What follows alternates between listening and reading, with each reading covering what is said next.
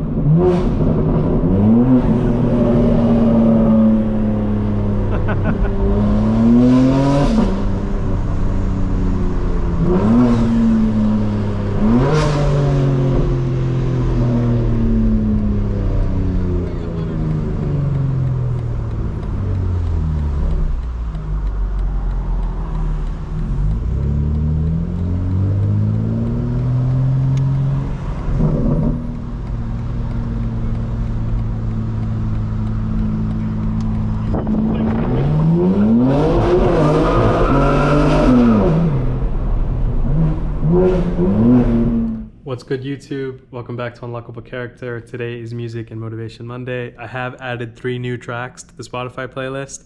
Check them out. They're going to be all what I'd consider like intelligent dance music, a little bit of house, a little bit of drum and bass, a little bit of jungle, throwback, I think, to the 90s.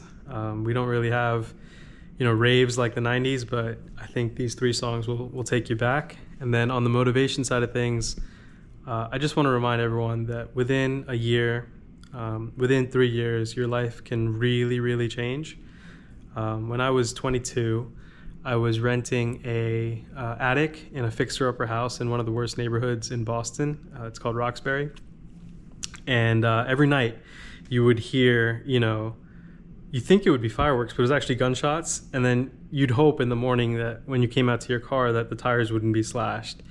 And I actually ended up selling my car. It was a Subaru Legacy GT. I got like $3,600 from a Toyota dealership. I really needed the money.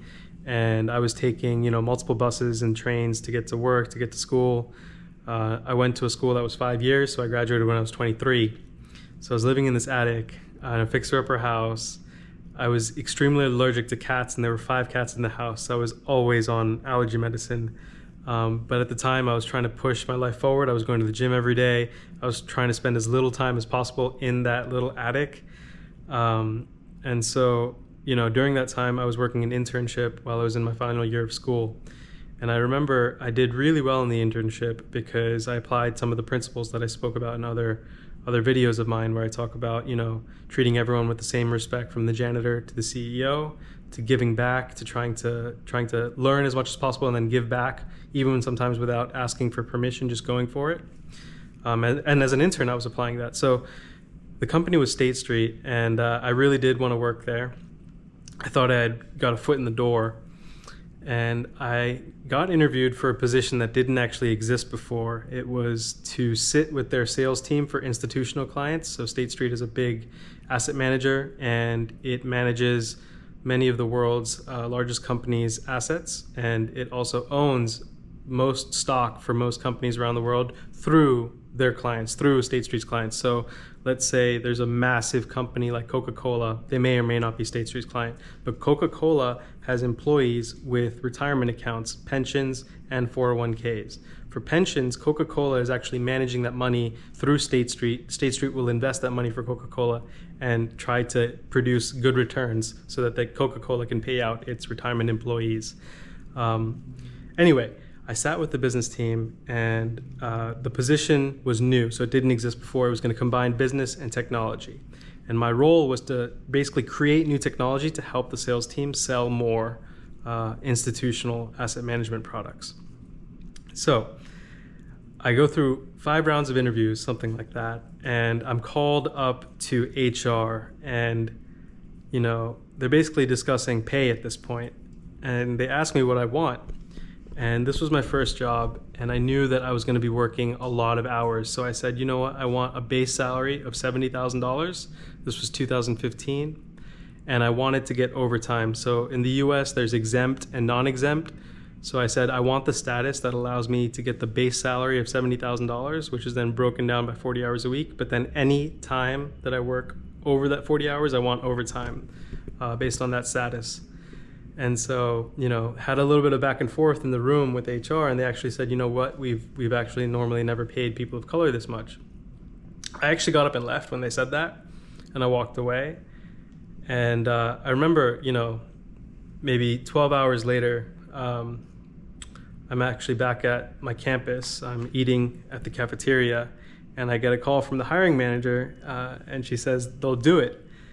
And I was so surprised, but I held my ground. I knew what I wanted, that $70K base plus overtime.